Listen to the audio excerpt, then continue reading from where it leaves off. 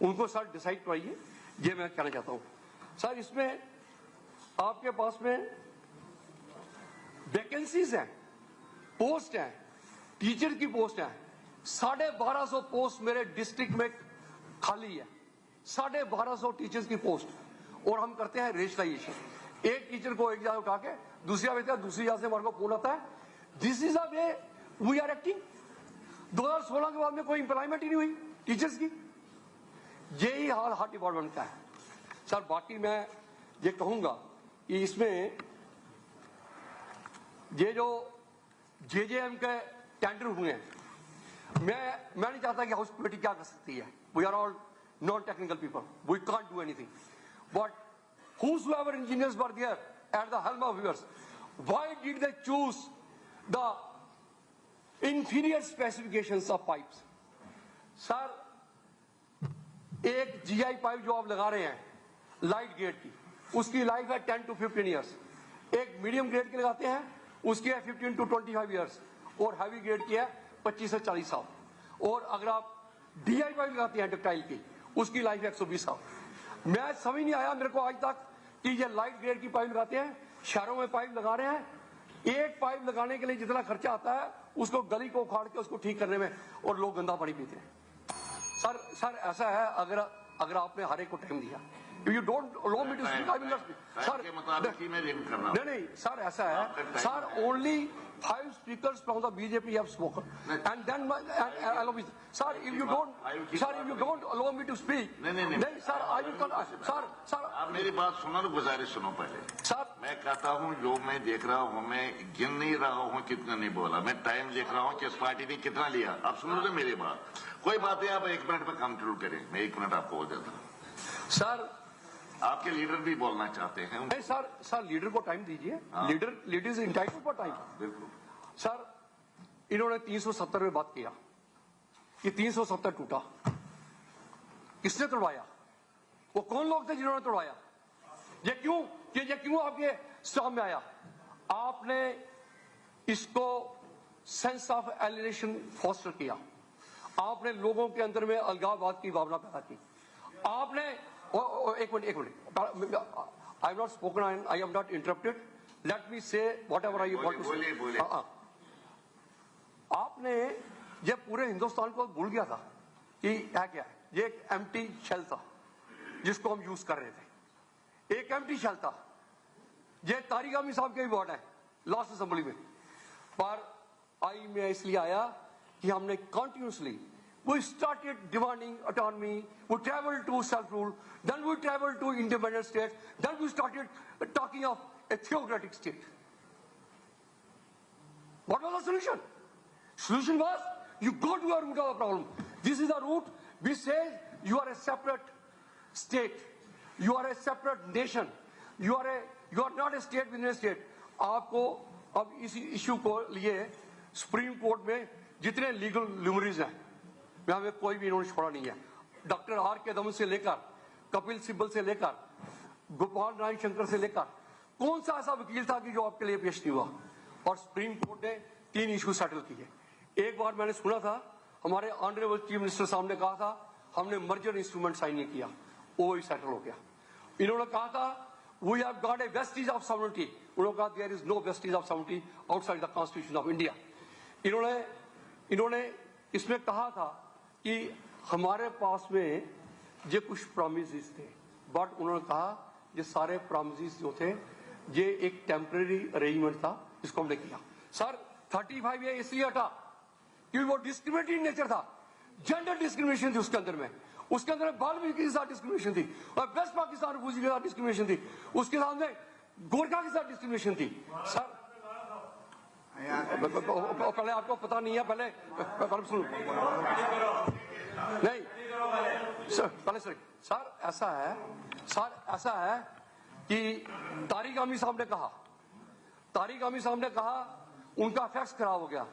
طارق عامی صاحب فیکس تو کسی کا بھی خراب ہو سکتا ہے. آپ کیا اکٹھے ہو کے 56 MLA جا نہیں سکتے تھے؟ پر اس وقت آپ کو یہ آئیڈیا نہیں تھا کہ آپ کو لگتا تھا, این سی کو لگتا تھا کہ اگلی بار پاور میں آ رہا ہوں, پی ڈی پی کو لگتا تھا میں آ رہا ہوں, اور کانگریس کو لگتا میرے بغیر سرکار نہیں بنے گی. آپ لوگ لڑے,